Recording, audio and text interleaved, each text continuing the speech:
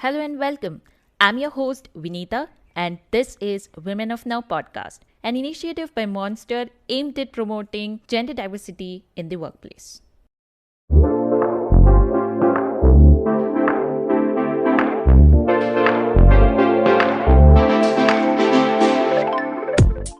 Our guest today is Deepa. Deepa currently serves as VP at Quest IT Staffing. Prior to Quest, she was part of Accenture Financial Services and was instrumental in mobilizing critical projects across APAC, UK, and India.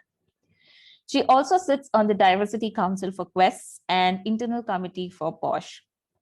An accomplished badminton player who has won several championships along with a bronze medal in women's singles at the national level. She has also gone on to represent India in World Masters Badminton Championship held in Sweden. She's currently active in the national circuit for masters, and she's also an avid reader and a trained equestrian. Thank you, Deepa, for agreeing to be a part of this podcast. I'm super excited to talk to you about your journey as an athlete to business executive. Start by you sharing a bit about your early life. Great. First of all, thank you, Vinita, for having me here. It's an absolute pleasure to be a part of Women of Now series. I think, yeah, so going to my early life, I'm the youngest born. My father is a psychiatrist and my mother a homemaker. Growing up, there was a clear emphasis on, education and financial independence. My parents encouraged us to pursue a passion and excel. I studied masters in English literature from the University of Mysore, along with a diploma in basics, and grammar in French. Eventually, I went on to complete data science ready and global business from Harvard Business School online. My interests were predominantly in and around literature, economics, and human behavior. I've been an avid reader. Teachers in my school and professors in my college had a significant influence on me. I took to badminton, I think, when I was about 7 years old. Wow. My father, yeah, that's too early, I know. Yeah, my father introduced us to the sport, both me and my sister. Um, and my mother, in fact, she pushed us to pursue. So when I was about 11 years old, I was playing at the state level circuit, and I'm a left-hander, so I think also it adds up to being you just stand out as a person different than the rest of them. So there were many questions asked growing up, like, is everything okay? She plays in left hand, why don't you try in right? And advices like that. So yeah, so that was how my journey with badminton started. But little did I know that this sport would go on to become a passion for my life. um, when I started playing tournaments and started playing at state level, the national level, there was a lot of exposure exposure and interaction with people from different culture and background. Um, so that's the background to sports. And today, I think sports has a very different meaning in life. It kind of connects me to my inner self. It gives me a purpose to life outside work. I know that's what I could say.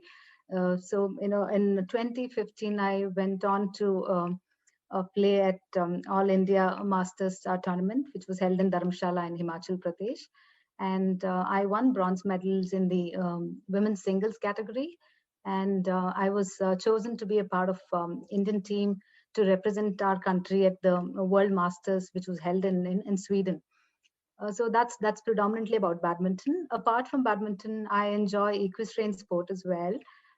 I started horse riding, a few years ago, and I learned the sport mainly because my son, he enjoys riding, and I thought, this could help us bond as well, and spend together, time together outside home environment. So that's another activity that I very passionately, pursue today. So no matter how my day is, I'm committed to take time out for myself. I work out, I play badminton, and I run a few kilometers a day. So this kind of helps me unwind. That sounds so cool.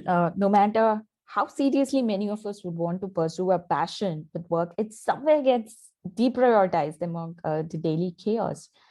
I love it that you follow it so religiously, and that only shows the amount of passion and grit that has gone into the making of you, and it is motivating in its truest sense.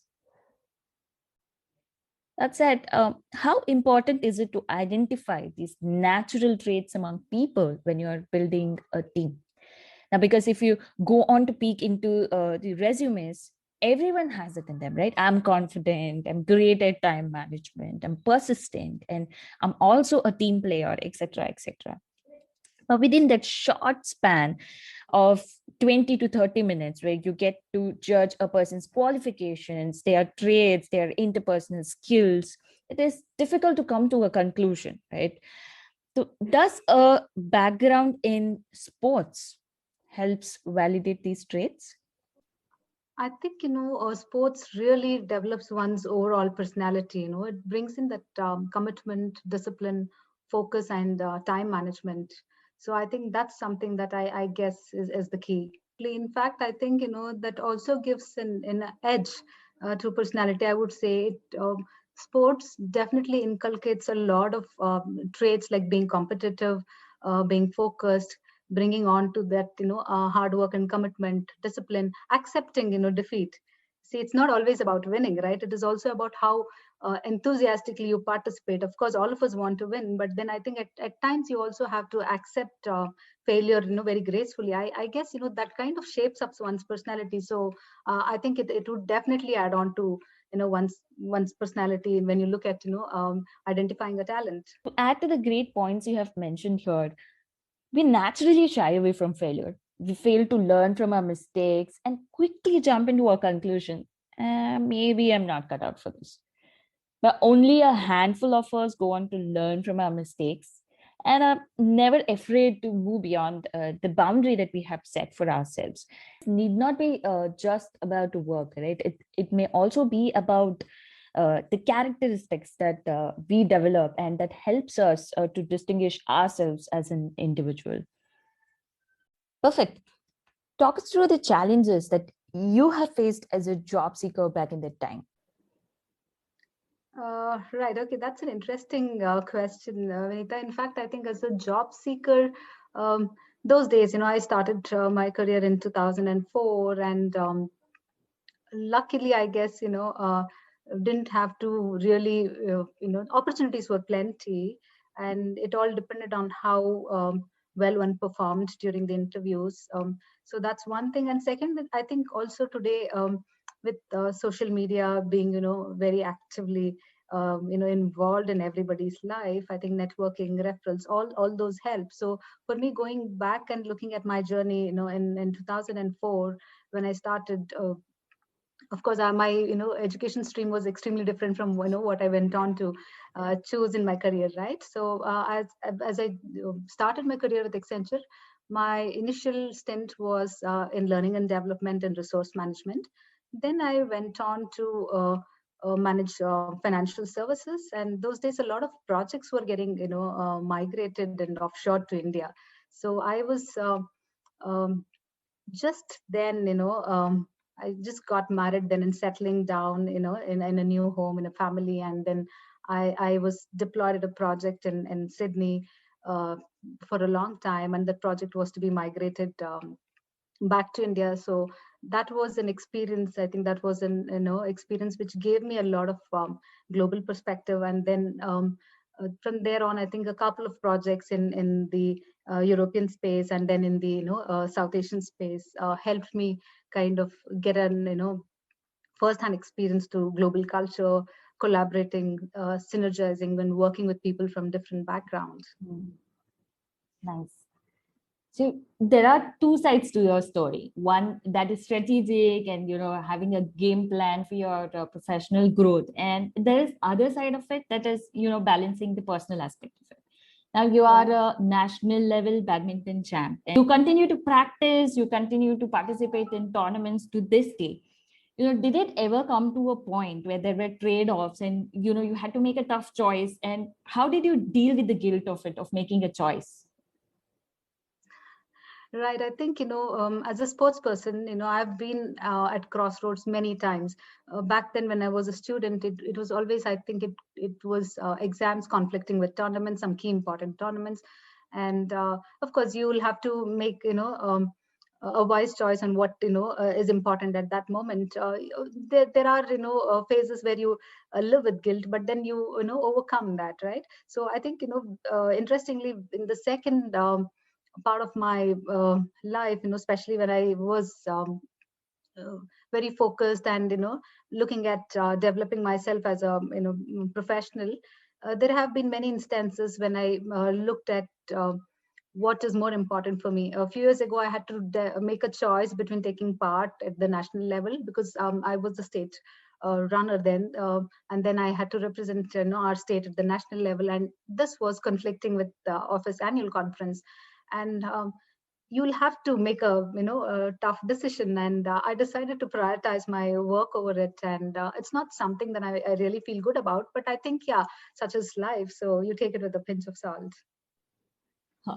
I love the spirit with which you have taken, the word of choice, because not everyone is as comfortable as, making a choice and then living with it. I think you are a true sport in the truest sense.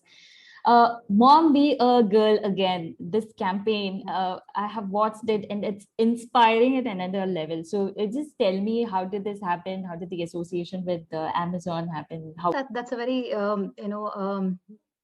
special part of my life. And this happened probably a few years ago. Mom Be a Girl campaign was being run by Amazon with a partnership with Blue Media, and they were looking at making a small film, especially to connect to the masses, and with, of course, focus being young mothers who usually come under pressure to make decisions based on their priorities, and then mostly give up their passion due to whatever circumstances they are in. So I think they also looked at several personalities, both from the media, and also from real life background. And I think somebody saw me participate, and participate in one of the tournaments like Bella Cup, that was actually held for women. And thereafter they were looking at somebody who is very consistent. So I participate, I take, I practice in KBA, Karnataka Badminton Association, and I start my training at 4:30 in the morning, right? So I know it sounds a little, yeah, strange, but yes, I think, yeah, that's where it was. And the coach there asked me to come for an audition, and I was surprised. I asked him, what audition is this? Then he said, you come and meet me, I'll explain to you. And then, yes, I met the directors of this campaign, and they asked me to play a few shots, and then they asked me my background, and then they said, who better than you to really relay this, because this is your own journey. I said, okay, fine, sure. And that's how Mom Be and Girl campaign came up. Wow, that's awesome. As parents, we all have a sense of responsibility to make this world more equitable, more inclusive, and diverse. I remember the last time we spoke, we were discussing about the event with Ursula, European Union president, and how she was treated differently from her male counterparts. And that clearly made us uncomfortable, knowing the very fact that it is a reality at a global stage. And if that is the case at a global stage, how does the reality at a ground level look like?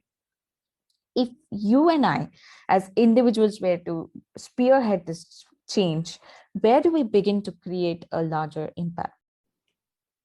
So I think, Vinita, you've really hit the core. When you look at a situation at a global stage, where does it all start? It starts at home, right? So usually, when you look at anybody's, household, there are casual remarks made in most of the homes without realizing the impact of, how it is, it casts on both the gender.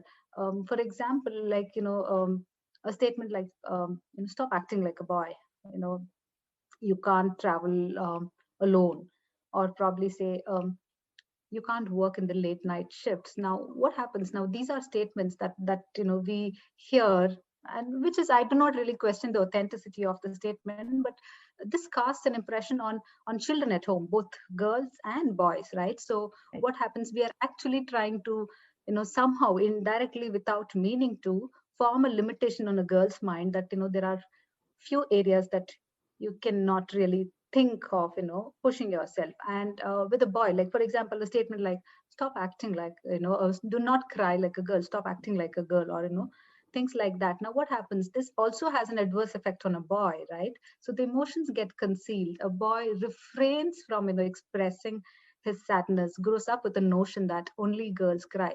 Now these are you know early, I think, impressions that's cast on both the genders. Now, as they grow up, you know they grow up to be professionals. They probably act on it very unconsciously, but then I think that's where we see that the situation is sometimes biased for women, and it's not the same for men. Human behavior and expressions cannot be limited by gender. It is the responsibility of everyone at home to raise a boy with equal sensitivity, and a boy's parents you know um, have a significant role in ensuring that the child learns to respect and involve in chores at home. After all, chores at home are not specifically designed for women, isn't it? There's so it's really important to have an emotional labor. Like in this pandemic, we definitely saw how, I think, both the genders, both men and ladies at home came together to ensure that the engine runs smooth, right?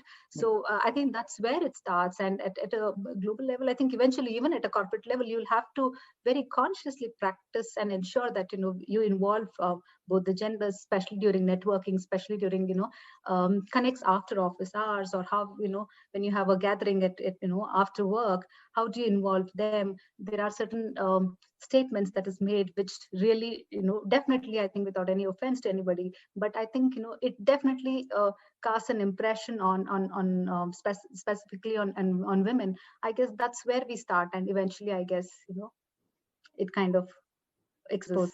Wow. Like you mentioned, it's the mindset that we need to change. Instead of labeling, be very accepting of the fact that we are different in our own ways. We have our own strengths and weaknesses that we need to be more acknowledging of, rather than demeaning and being disrespectful in any way or form. Coming to your professional aspirations, what are your goals and where do you see yourself 10 years down the line?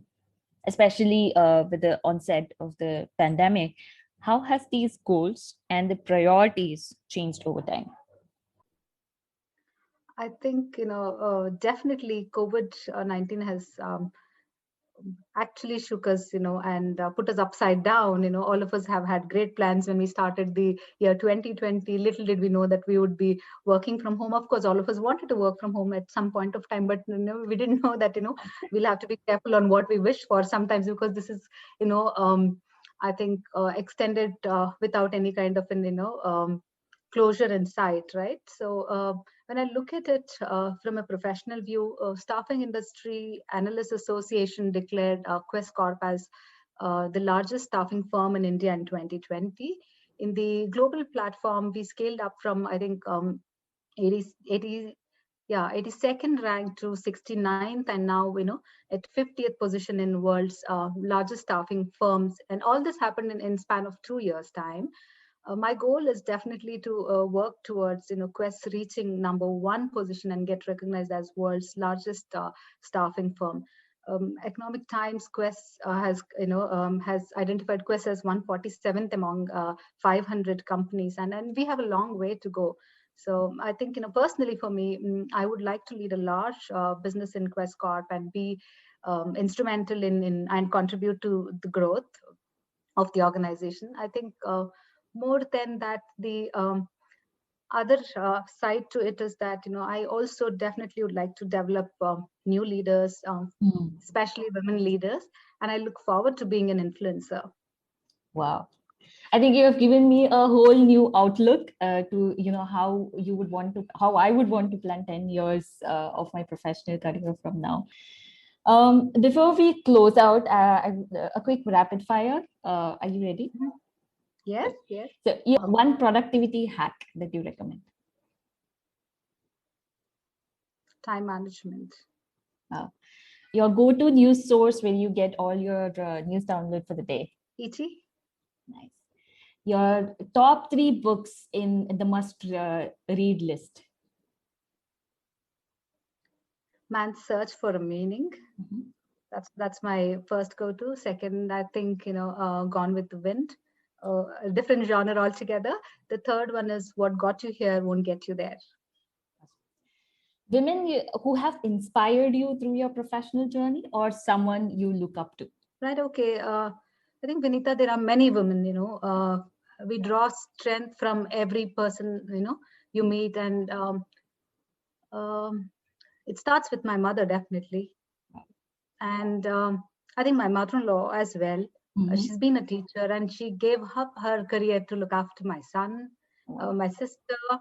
I think many colleagues that I interact with, many young ladies, very aggressive, determined, very assertive women at work. A few colleagues in office as well, at client location as well. Alongside, I think I highly admire Miss Kiran Majumdar Shah, Angela Merkel. So I think these are the ladies who inspire day in and out. Awesome. Your last one for the day. What is that one advice you would give to women who are looking to get back to the workforce, into workforce? I think, maybe my answer is going to be a little more elaborate. Yes. I think to begin with, nothing is more important a weapon than believing in self. Never let fear put limitation on your aspiration. I think continuous learning builds confidence. Develop interest outside work. You must have an identity outside work. You've got to have a passion. You have to identify it and nurture it. Behind every successful person, there are many unsuccessful years. What really matters is the commitment, the discipline, and focus. Right. I think personally, for me, I think invest in deep and meaningful relationship. This will build a supportive environment. Look at how far you've come. Cherish every milestone. Never compare yourself to another, and enjoy the journey. Right. For me, I think celebrating womanhood and encouraging your own kind. That's important because we need many of us to make workplace better, right? Success doesn't really understand gender, so life is not easy for any of us, right? So one must work hard and earn it, and do not stop yourself. I think when you look at restarting a career, go for it. There are many enablers today, not only job boards, networking, forums. So I think we must leverage every available opportunity to get back and bounce. Awesome. Thank you so much for your time, Deepa. I think this was very, very insightful, and your personal experience as a badminton star to, moving on to become a senior executive. The stresses all the more on the point that, nothing is impossible if you really set your heart to it. Thank you so much for your time. Absolutely. Vinita, it was really nice interacting with you. Thank you so much. I guess I loved the, sequence of the questions, the way you, spun a story around it. Really nice. Thank you so much. Thank you. Thank you so much. Thank you so much for tuning into our podcast today. If you enjoyed the show, please don't forget to hit subscribe and leave us 5-star rating on iTunes. If you want to know more about us and the work we do check us out at www.monsterindia.com. That is www.monsterindia.com. See you next week. Until then, stay safe and stay healthy.